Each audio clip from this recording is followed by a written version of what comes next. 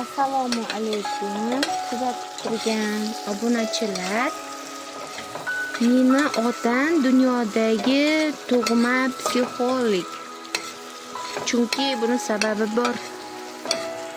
Sababi nima deydigan bo'lsangiz, yoshligimda uyimizda quruq choyimiz qolmagan, choy ichmaganmiz, dog' suv ichib yurganmiz va men choy ichkim kelib qolgan. Bilasiz, o'zbeklar choyni yaxshi ko'radi. Shunda otamga choy ichaman, choy damlab bering deganimda, otam "Xo'p, hozir choy damlab beraman" deb, hozir may oyida turibmiz. Aynan mayda tokni barglari yam-yashil yaltiroq yangi bo'lgan o'sha paytda ham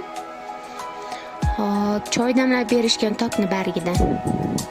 Men shunda hayron qolganman, chunki u paytda men 8 yoki 6 yoki 7 yosh bo'lganman.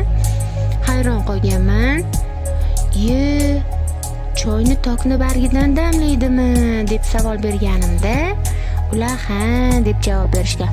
Lekin oradan ancha yillar o'tib, qarabski, choy o'simligidan choy tayyorlashni bilib oldim. O'sha paytda quruq choy yo'q deyishni o'rniga tokni bargidan choy damlab berib, vaziyatdan zo'r chiqqan ekanlar. Demakki, ular tug'ma psixolog bo'lganlar. Meni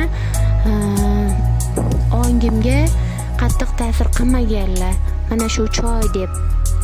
Va o'sha paytda men xafa bo'lmaganman. Lekin hozirgi kunda bilasiz, hamma tok osh qiladi tokni bargidan.